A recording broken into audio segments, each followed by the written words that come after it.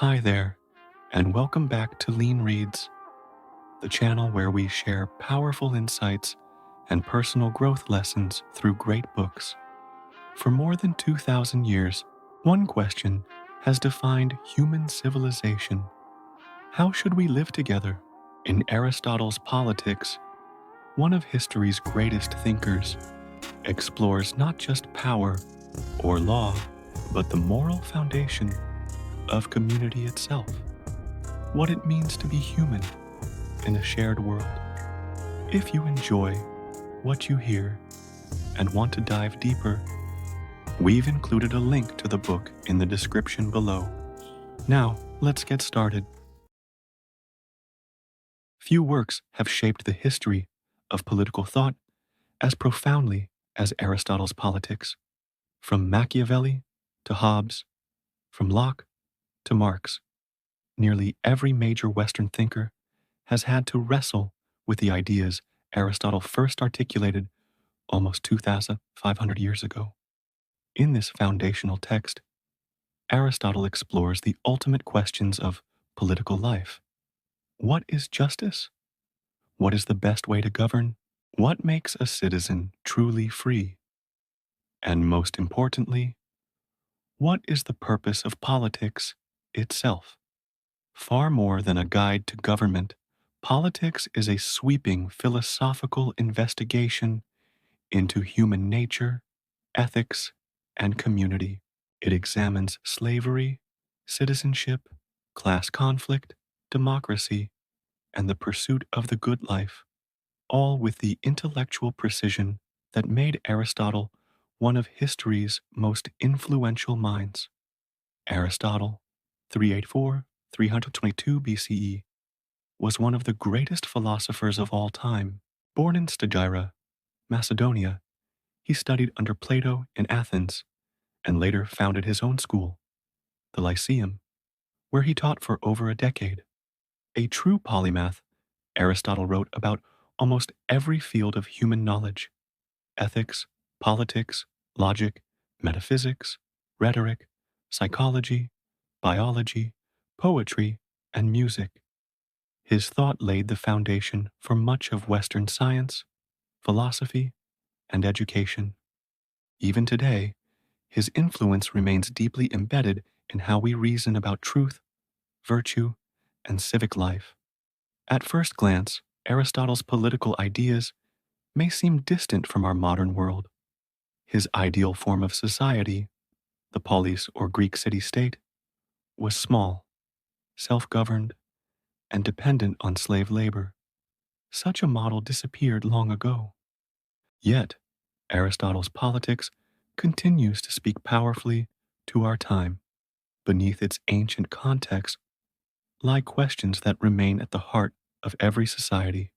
What makes a government just? How can we balance freedom with order? What is the role of virtue in politics? How can we secure the common good in an unequal world? For Aristotle, humans are political animals, creatures whose happiness and purpose depend on living together, reasoning together, and pursuing justice together. That single insight became the cornerstone of all later political philosophy. Through Aristotle's Politics, you'll discover why Aristotle called humans political animals, and how that defines our nature, how to preserve democracy when class conflict spirals out of control, why philosopher kings may sound noble in theory but fail in practice. Aristotle, Politics is not a relic of the ancient world. It is a living dialogue about justice, virtue, and human flourishing. Whether you're a student of philosophy, a political observer, or simply someone curious about how societies can thrive, this book remains a timeless guide to the art of living together. The human capacity for speech and reason makes us moral beings. How should nations be governed? What is the best form of government? For more than 2,500 years, these questions have stood at the heart of Western political philosophy. And in the 4th century BCE, in ancient Greece, Aristotle began his lifelong search for answers.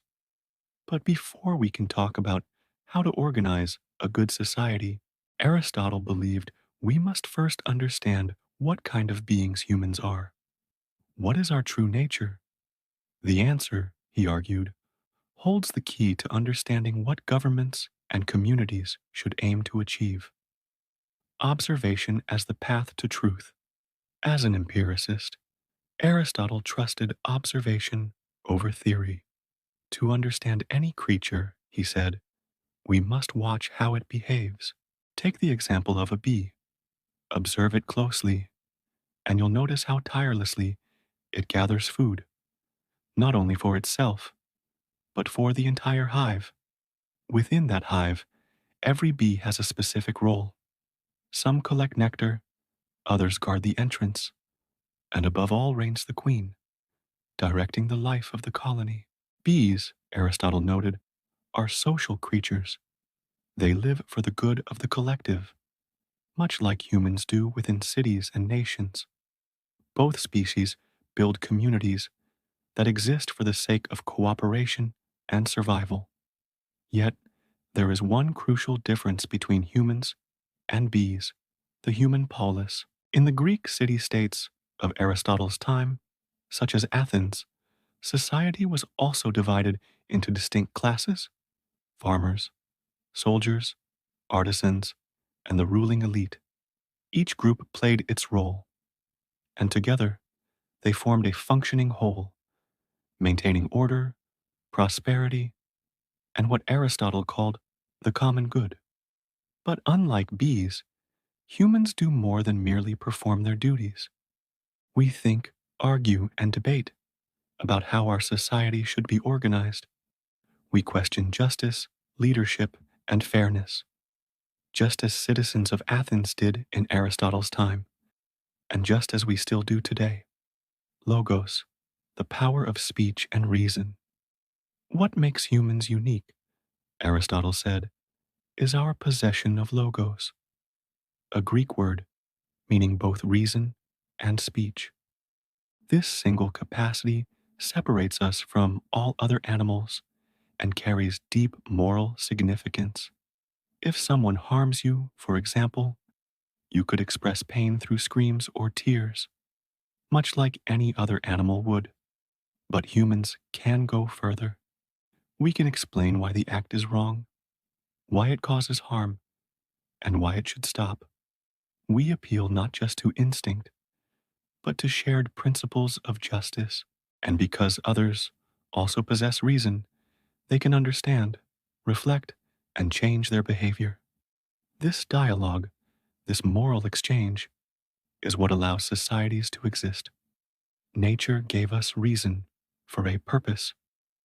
Aristotle believed that nature creates nothing in vain. If humans were endowed with reason and speech, it must be because these faculties serve a natural and essential purpose to help us distinguish right from wrong, pursue justice, and live together in harmony. In other words, the ability to reason and communicate makes us not just social animals, but moral animals. It enables cooperation, empathy, and the collective pursuit of a just and meaningful life. To Aristotle, politics begins not with laws or institutions, but with human nature itself. Because we can speak, reason, and deliberate, we are destined to live in communities, and only through these communities, through the polis, can we fulfill our highest purpose as rational and ethical beings. That is why Aristotle concludes, man is by nature a political animal. Why Aristotle believed that living in society is our natural state. When Aristotle wrote Politics, he was stepping into a centuries-old debate about the true nature of the polis, the city-state. On one side of this debate stood the skeptics, who drew a sharp line between nature and culture. They believed that humans are born free by nature and that cities, governments, and laws are artificial creations, constraints that limit human freedom. Their opponents disagreed. To them, living under law was not a loss of freedom, but a blessing. Law, though artificial, was a necessary correction for the dangerous passions and instincts of human nature. These two views, one celebrating freedom from society, the other defending order through it, still echo through modern political thought. But Aristotle rejected both. He argued that the polis does not suppress human freedom, it fulfills it. The polis as humanity's natural habitat. Aristotle famously declared that man is by nature a political animal. But what exactly did he mean? The Greek word he used was politikon, literally an animal of the polis.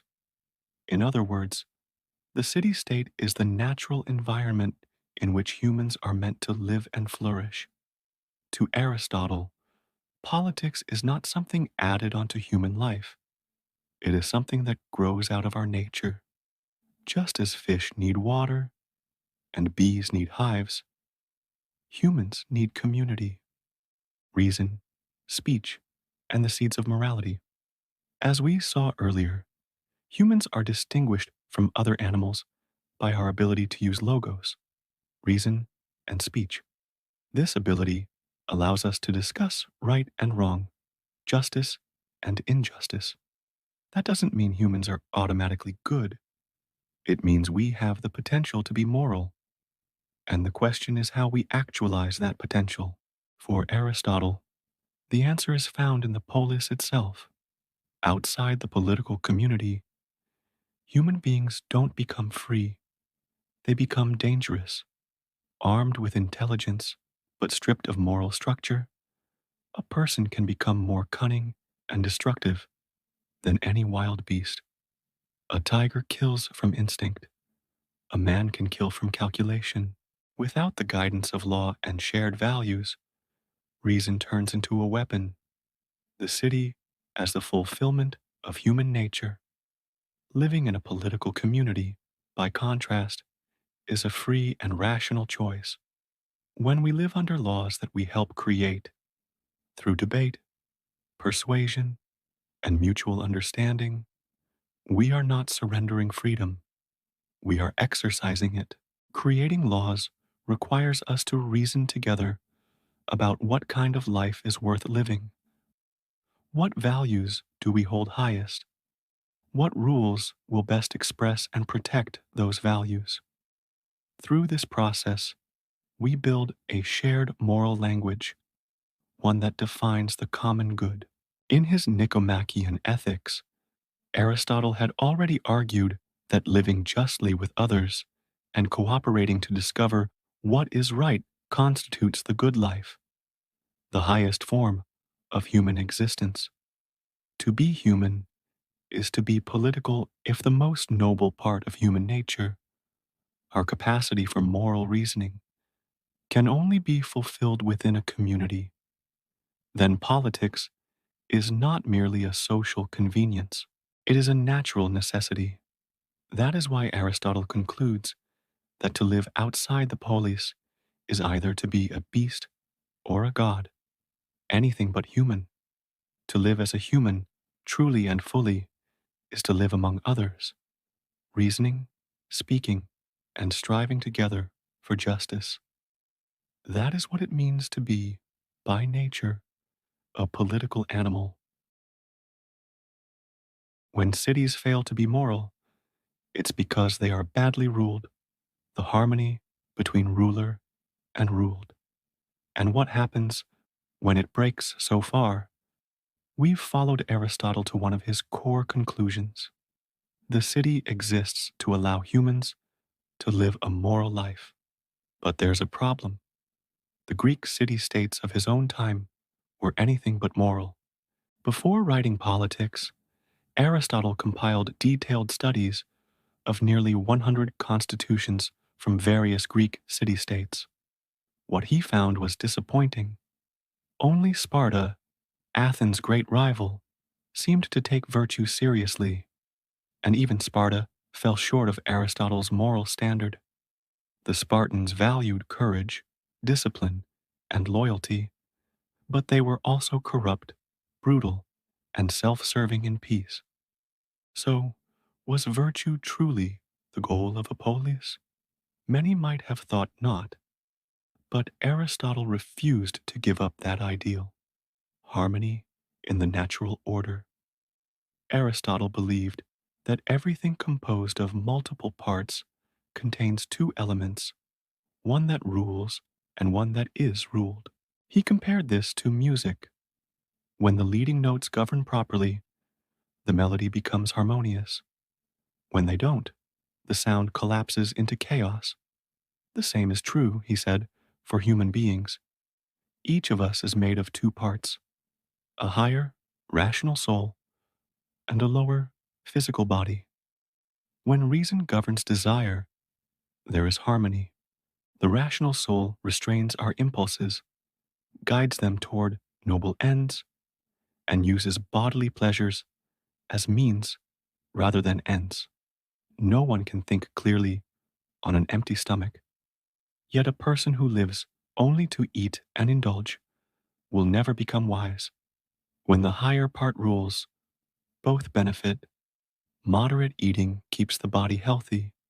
Self-control gives the soul strength. When the lower part takes over, it becomes a tyrant, consuming, grasping, and dragging the mind down with it. Cities are like souls. What applies to the individual also applies to the city. A polis, too, can be ruled either by its noblest or by its basest elements. When governed by its lower instincts, greed, pleasure, and domination, the city decays into corruption. That, Aristotle believed, described most Greek states of his time. They existed merely to satisfy the lowest parts of human nature. A truly good polis must be ruled by reason and virtue, not by appetite. And that brings Aristotle to one of his most controversial arguments, his justification of slavery as a natural institution. Aristotle's justification of slavery and the natural order. The most controversial idea in politics is slavery just? Today, the question feels absurd. Of course it isn't. But in ancient Greece, the answer seemed as obvious to most people as its opposite does to us. Across the Mediterranean, slavery was the foundation of society. Athens itself, the birthplace of democracy and philosophy, depended on a vast enslaved population. It was slaves who farmed the land, built the homes, and ran the households that gave free citizens the time to debate, create art, and study philosophy. So it's not surprising that Aristotle accepted slavery as a fact of life. What makes his view more difficult and more disturbing is that he tried to justify it philosophically. The argument for natural slavery. Aristotle claimed that some people are slaves by nature. What did he mean by that? He argued that natural slaves lack the capacity for reasoned deliberation. They cannot direct their own lives through thought or judgment, and therefore, he said, it is better for them to be ruled by those who can. Returning to his model of soul and body, Aristotle wrote that such people live entirely at the level of the body. Their work is physical, their function material. Their masters, by contrast, possess both body and intellect. In this relationship, Aristotle insisted, both benefit, the master gains labor, and the slave gains participation, however indirect, in the rational life. In his view, slavery could be mutual and natural, not exploitative. The problem with Aristotle's logic, even within his own framework, Aristotle recognized cracks in his argument. He admitted that many people were enslaved not because of nature, but because of war. It was common for entire families to be enslaved after defeat, and Aristotle saw this as unjust. Nature, he said, might intend that the good give rise to good, and the bad to bad, but reality often fails to follow that pattern. Therefore, not everyone enslaved was a natural slave. However, Aristotle never went so far as to question slavery itself. For him, the institution was too embedded in his vision of the polis to be removed.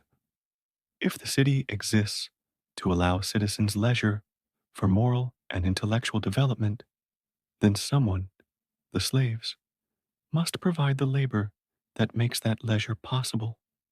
In this way, Aristotle's ethics and his politics rest on a contradiction. He defends human rationality as the highest good, yet denies it to entire groups of people. It is a flaw that would haunt Western philosophy for centuries to come. The free person and the higher power of reason. Why Aristotle defended slavery and what he was really trying to say. Why did Aristotle defend slavery? To modern readers, the question feels deeply unsettling. But to understand his argument, we must remember the intellectual world in which he lived. In the 4th century BCE, slavery was not only accepted, it was the backbone of Greek society. If Aristotle had wanted to argue against it, he would have needed to invent an entirely new moral vocabulary. That was not his aim. Instead, he seemed to use the institution of slavery to explore something else, the nature of reason itself. Reason, tool or purpose. In Plato's Republic, a dialogue often referenced in politics, one character argues that reason is nothing more than a tool, like a hand or a foot, useful only for satisfying physical needs and desires. Aristotle rejected this view.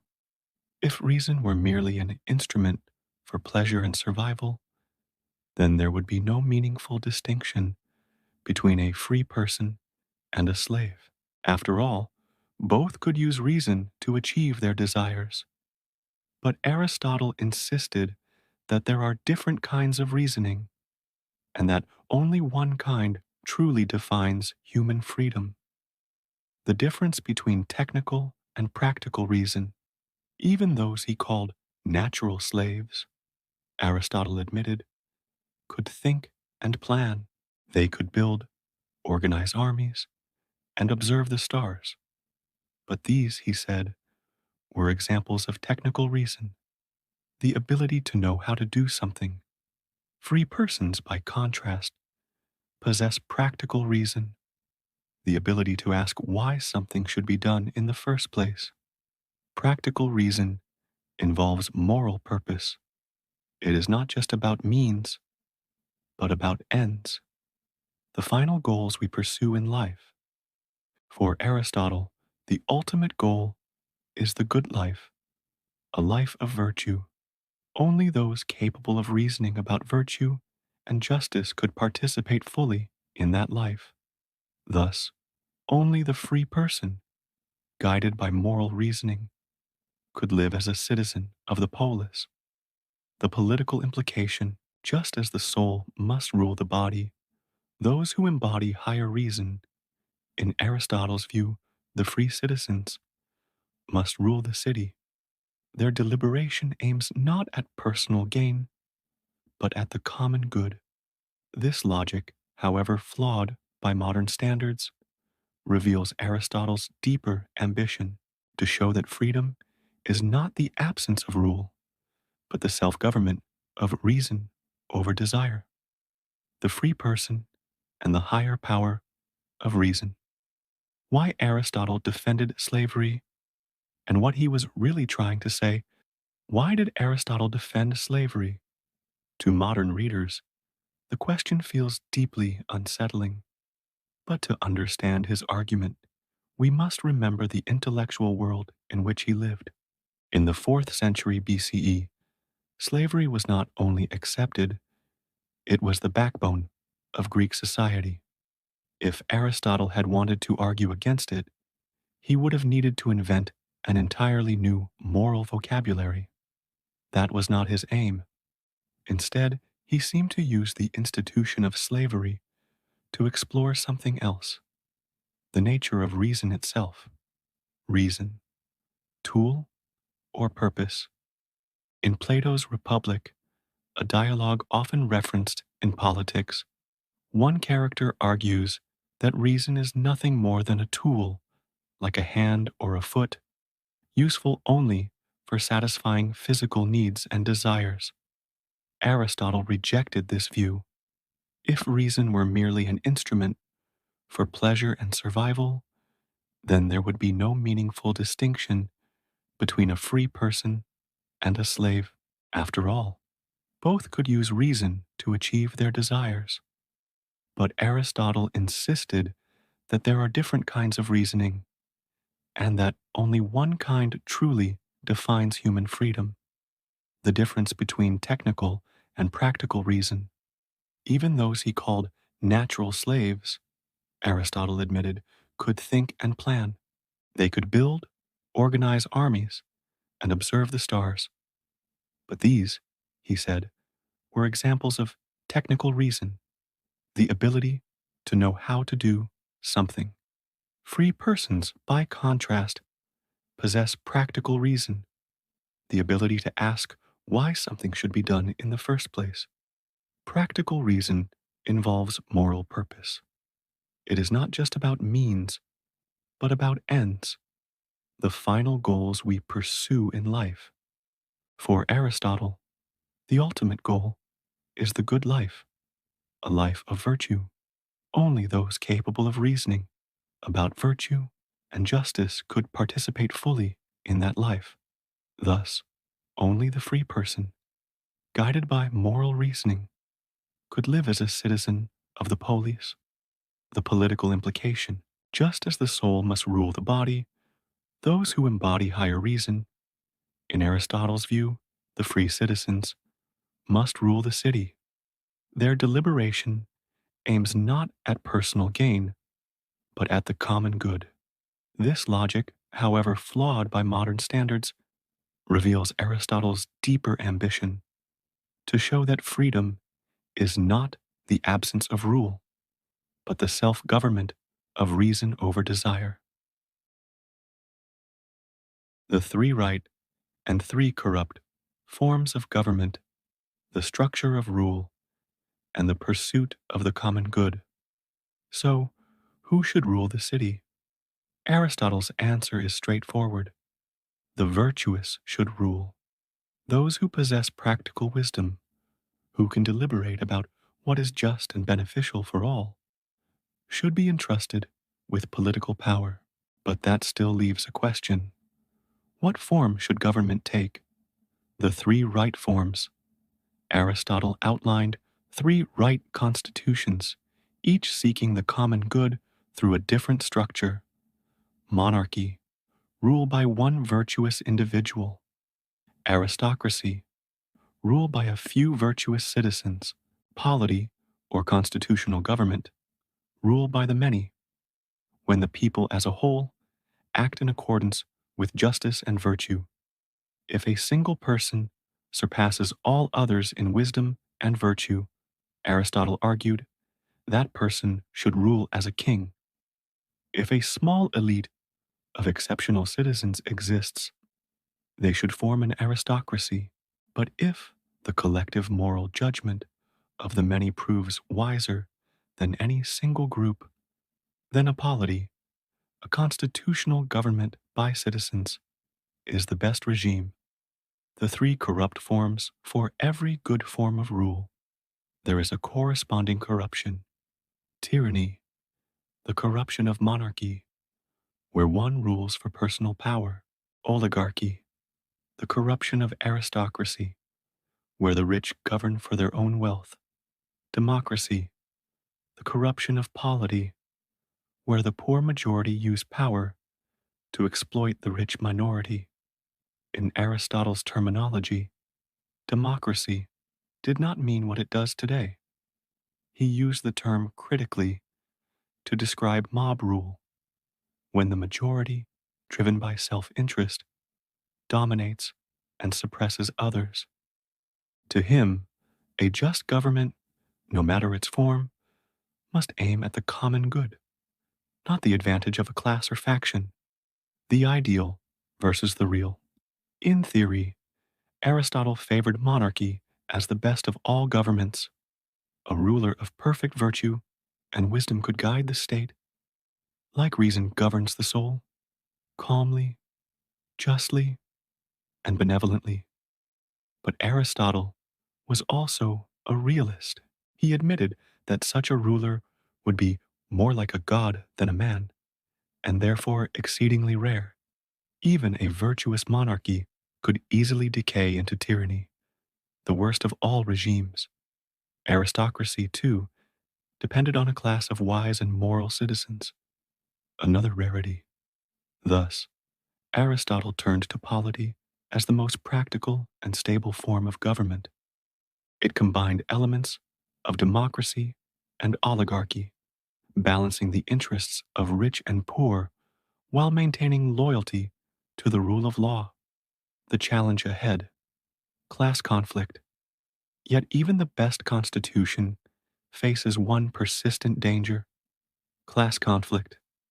The struggle between rich and poor, between the powerful and the powerless, can tear a city apart if left unchecked. And so, Aristotle's next question, one that still resonates today, is this: how can a city preserve unity and justice when its citizens are divided by inequality? Class conflict weakens democracy. Why Aristotle thought democracies are morally capable but politically fragile. Aristotle made several surprisingly strong arguments in favor of democracy. Individually, citizens might not be especially virtuous, he admitted, but collectively, they can form a kind of moral superorganism, like a single person with many arms, minds, and perspectives. He compared this to a potluck dinner. One person might be a mediocre cook, but when everyone brings a dish, the combined meal can be richer and more varied than what even the best chef could make alone. Similarly, he argued, the crowd is often more moral than the individual. After all, it's easier to bribe a single judge than to corrupt an entire citizen body. So, if democracy holds this moral potential, why did Aristotle still classify it as one of the deviant or corrupted forms of government? Because in practice, democracies were unstable. When justice divides instead of unites. Earlier, Aristotle suggested that citizens could share a moral language grounded in a common idea of justice. But in his own city of Athens, the very concept of justice was tearing people apart. Two features defined Athenian democracy. Every citizen had equal political rights. A small number of citizens were vastly wealthier than the rest. Here lay the tension.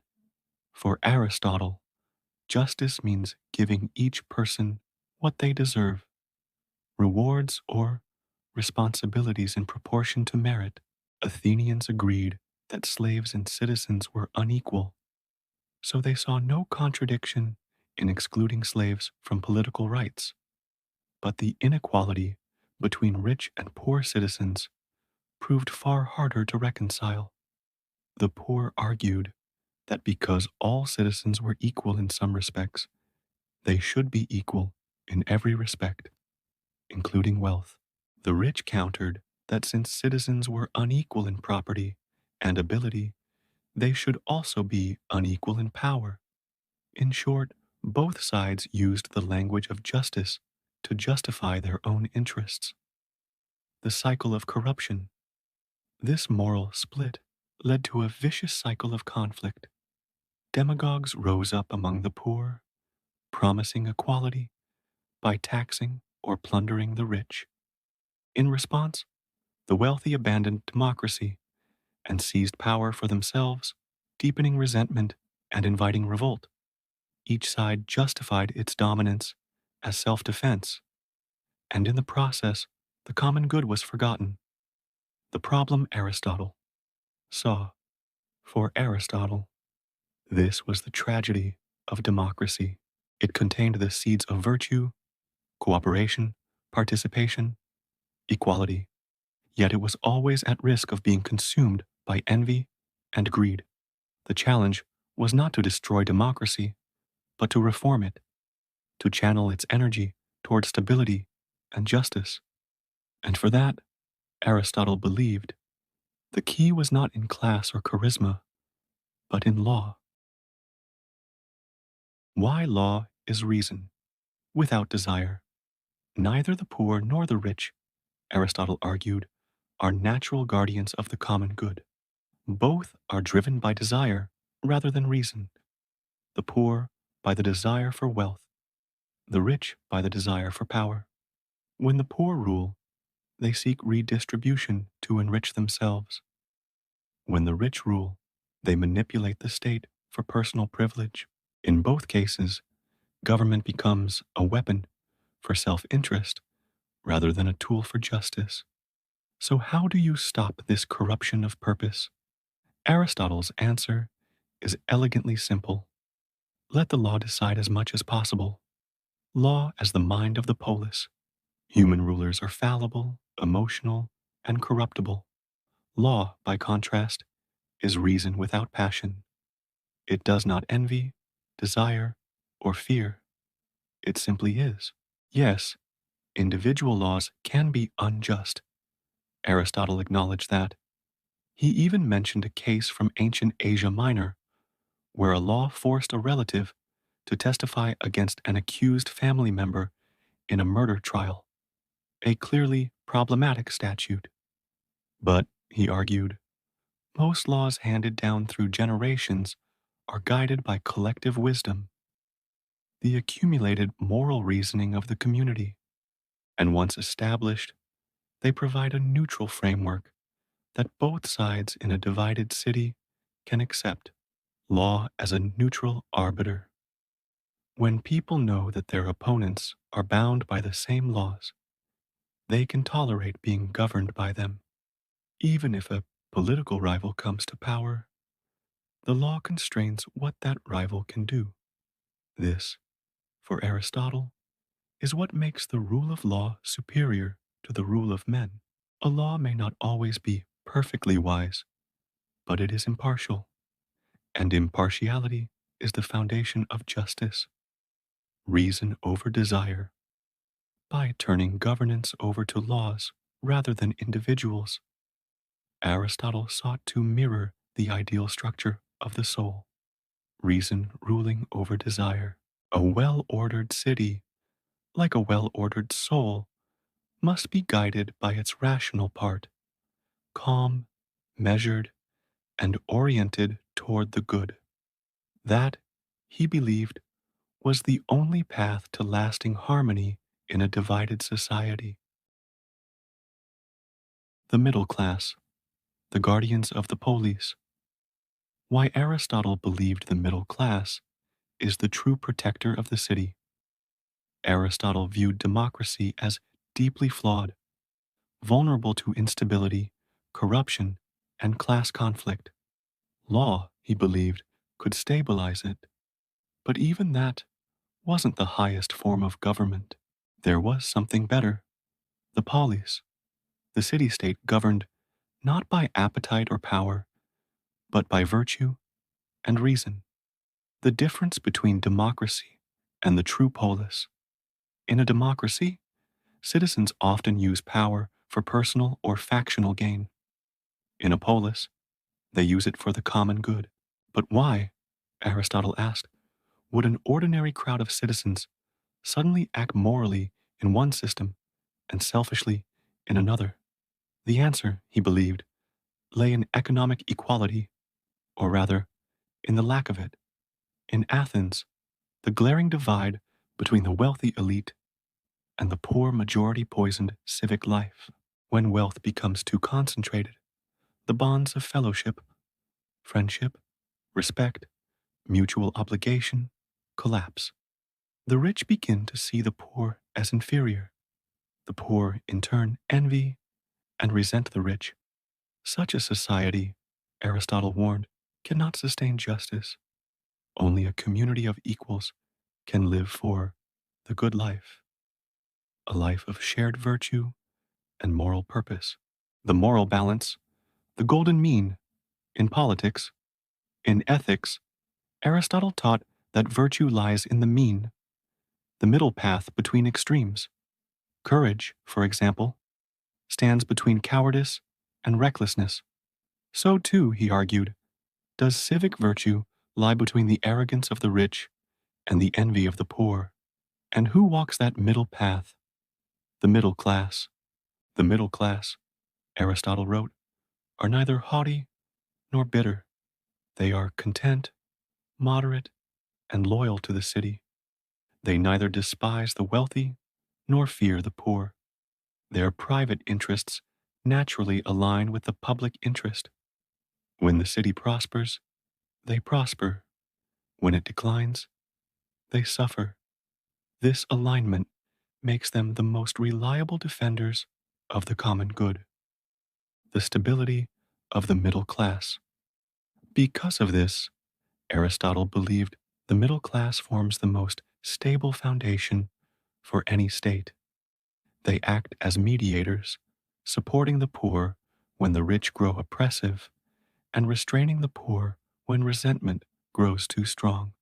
They temper both extremes, maintaining balance within the political body, like harmony between reason and desire within the soul. The best political community, Aristotle concluded, is formed by citizens of the middle class, and those states are likely to be well governed in which the middle class is large and stronger than both the rich and the poor. When the middle class dominates, the true polity, the ideal constitution, emerges. The enduring vision of Aristotle's politics, what the good life still means for us today. Aristotle lived in the age of city-states, small, flawed communities filled with slavery, inequality, and constant warfare. Yet he believed that, if governed well, a city could still fulfill the deepest human need, the need to live not merely with others, but for the good life together. Humans, he wrote, are political animals. We realize our potential only in community, by reasoning, debating, and deciding collectively how best to live. Of course, this vision had its limits. Citizens could only deliberate about the good life because others, slaves, women, foreigners, worked to sustain them. In that sense, Aristotle's politics was both brilliant and blind. It saw the moral structure of society clearly, but failed to see the humanity of all who lived within it. Even so, much of his insight remains astonishingly modern. He taught that law, not passion, should rule. Equality before the law ensures stability. And above all, a strong middle class is the backbone of any lasting political order. 25 centuries later, those ideas still form the core of modern democracy. When reason governs desire, when law limits power, and when the middle class thrives, the polis, Aristotle's dream of a just and flourishing community, still lives on. Reading Aristotle. Politics is like walking through the foundations of Western thought and realizing how much of our modern world still stands upon its stones. At first, the text feels distant, filled with ancient examples, strange social hierarchies, and assumptions that jar with our modern moral sense. But the deeper you go, the more it begins to speak directly to the human condition, our struggle to live together, to balance freedom with order, and to build societies that reflect our best selves rather than our worst instincts. What struck me most is how Aristotle connects politics to ethics. For him, the city is not a marketplace of power or wealth. It is a moral organism designed to nurture virtue. This idea feels radical today, when politics is often reduced to strategy, partisanship, and survival. Aristotle reminds us that politics, at its core, is an extension of our moral nature, the arena in which we pursue not just what is useful, but what is good. I was also deeply moved by his insight into the role of the middle class. He understood that stability does not come from the extremes of wealth or poverty, but from moderation, from those who have enough to live with dignity, but not so much as to lose empathy. Reading this, I couldn't help but think of our modern world, where growing inequality once again threatens the fabric of community. Aristotle's warning that arrogance and envy destroy the polis from within feels timeless, yet the book is not without shadows. His acceptance of slavery, his exclusion of women and foreigners from civic life, these are reminders that even the greatest minds are bound by their era. Still, there's something profoundly human in his effort to build a rational order out of chaos, to believe that reason could guide not only individuals, but entire nations. By the end, I felt that politics is not really a book about government. It is a book about human flourishing. It teaches that the good life is not a solitary achievement, but a shared endeavor. We become who we are only through our relationships, our laws, and our collective pursuit of justice. Aristotle's vision may have been born in the small city-states of ancient Greece, but its echoes reach us still. Whenever we demand fairness, whenever we debate how to balance freedom and responsibility, whenever we dream of a society guided by wisdom rather than greed, we are, in a sense, continuing the conversation he began more than 2 millennia ago. 25 centuries later, Aristotle's words still echo through our politics, our cities, and our lives. When reason guides desire and justice balances power, the city and the human spirit can truly flourish. Perhaps that's the lesson we still need most today.